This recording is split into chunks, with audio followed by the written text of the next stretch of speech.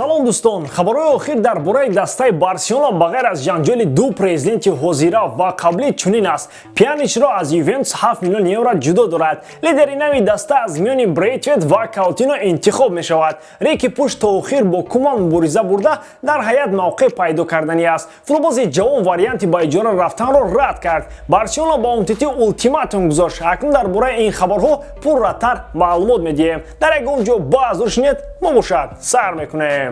Пагоҳ барои ПСЖ рӯзи таърихӣ аст. Лео Месси метавонад дар ҳаяти дастаи Парижӣ дебют кунад. Оё Месси метавонад дар аввалин бозии худ дар ПСЖ муаллифи гол шавад? Интизориҳо аз ин рақобат хело зиёданд. Бинобар моро бозии шавқовар интизор аст. дӯстони мо аз 1х барои бозам ҷолибтар кардани он коэффициентҳои баланд пешниҳод мекунанд. ҳамчунин ҳамаи обуначиёни моро дар вақти регистратсия бо промокоди барсатиҷӣ то $100 бонус интизор аст. ссылкаи бозӣ дар комментария. имкониятро аз даст надиҳед. бозгашти Миралим Пьянич ба Ювентус аз кушода шудани равзанаи трансферӣ муҳокима шудан дораду то анҷоми он 2 ҳафтаи дигар боқист ва то ин дам ин созиш самон наёфтааст. дастаи Турин то ҳол роҳи ҳалли як мушкили трансфери Арон Ремзиро пайдо накардааст. маоши футболбози Уелси хеле калон мебошад, 7 миллион евро дар як сол. ҳамин аст ки барояш пайдо кардани дастаи навро мушкил месозад. Барселона ба Пьянич эътимод надорад ва футболбоз дубора таҳти роҳбарии Макси Алегри мехоҳад бозӣ кунад. ҳатто трансфери дар интизори Мануэл Локатели нагузашт ки Алегри Пьяничро фаромӯш созад. қаблан хабар нашуд ки Барса дар бозиҳои баъдии худ ба ин бозингар имкон намедиҳад то ин ки аз ӯ халос шудан мушкилӣ эҷод накунад. пештар ҳам гуфта мешуд ки Пьянич барои баргаштан ба Ювентус розӣ шуд то ба 29% маоши худро кам кунад, аммо ба қавли бобои ғулом рушд хурд. солҳои охир дар Барселона воқеаҳои аҷиб шуда гузаштанд ва моро ҳеҷ чиз дигар ҳайрон карда наметавонад. мабодо агар Пьянич ба Турин рафта аз он ҷо Артур ба Каталония ояд, ҳайрон намешавем ва ин ду футболбоз то охири шаҳрномаи худ ҷойҳои худро иваз кардан мегиранд. Пьянич бозингари бомаҳорат аст. аниқтараш дар Турин чунин буд. пасҳои диагоналии ӯ тамоми майдонро гузашта ҳамлагаронро бо дарозабон як ба як мебаровард. аммо дар Барса ӯ ҳамнишини Дембеле ва Коутино будубоши халос ҳарчанд ба фарқ аз 2 нафари аввал дар тавбат қарор надошт. аз рафтани ӯ Барселона як ой сабук мекашад. тавре ки ТВ3 хабар медиҳад, нимувизатгари Барселона Рики Пуш тарк кардани дастаро тобистони имсол қатъиян рад кардааст. футболбоз эҳсос мекунад ки дар тамринҳои пеш аз мавсимӣ хуб баромад намудааст ва шонси муваффақ гаштан дар системаи Роналд Куманро дорост. дар даври аввал ки Барса Реал Сосидаро мағлуб кард,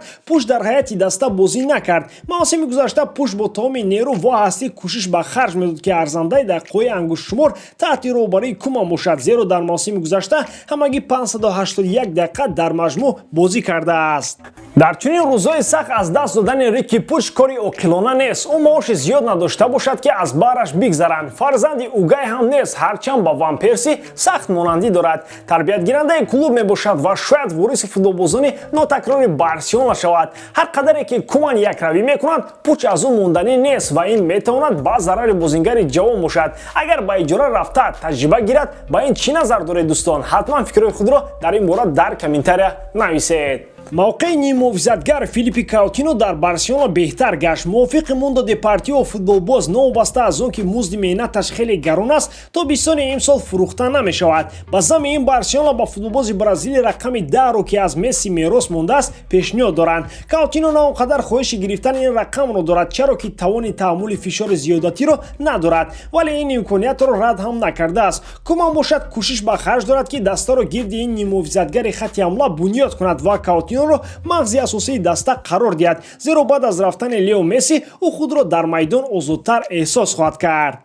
футболбози бразилӣ нимувизатгари зудамали хатти ҳамла маҳсуб мешавад ки қудрату тавони голҳои зиёд заданро дорост. Коутино ба нав аз ҷароҳати гирифтаи зонуаш ки ба иллати он 9 моҳ буд ки ба майдон намебаромад шифо ёфт. футболбоз ҳанӯз 29 сол дорад. эҳтимол аст дар бозӣ бо Атлетик Билбао ба майдон ояд. аз ин хабар Ливерпулдастони худро равған хоҳад кард, зеро Коутино агар чанд бозии дигар анҷом диҳад, Барса маҷбур аст ба ҳисоби бонкии англисо 20 миллион евро гузаронанд. аммо дигар илож нест. ба ин футболбоз ягон харидор пайдо нашуд ва акнун таваккал карда ин мавсимҳо ба ӯ тоқат мекунанд. Аммо додани рақами Месси ба Коутино ба сари кӣ омада бошад? Бен ҳам хейт, яъне хоидани ӯ кам набуд ки акнун рақами масъулияташ бисёр вазнинро бар дӯши ӯ бор мекунанд. Блаугранҳо якчанд пешниҳод аз дастаҳои Лигаи Як доир ба гузариши УМТТ доранд, вале ин футболбози 27 сола то ҳол ҳеҷ кадоме аз онҳоро напазируфт. Католониҳо ба УМТТ ҳушдор доданд ки ҳамагӣ як ҳафта вақт дорад то аз пешниҳодҳои мавҷуда якеашро интихоб намояд. Дар сурати иҷро накардани ин талабот Барселона шартномаро бо футболбоз ба таври якҷониба қатъ хоҳад намуд.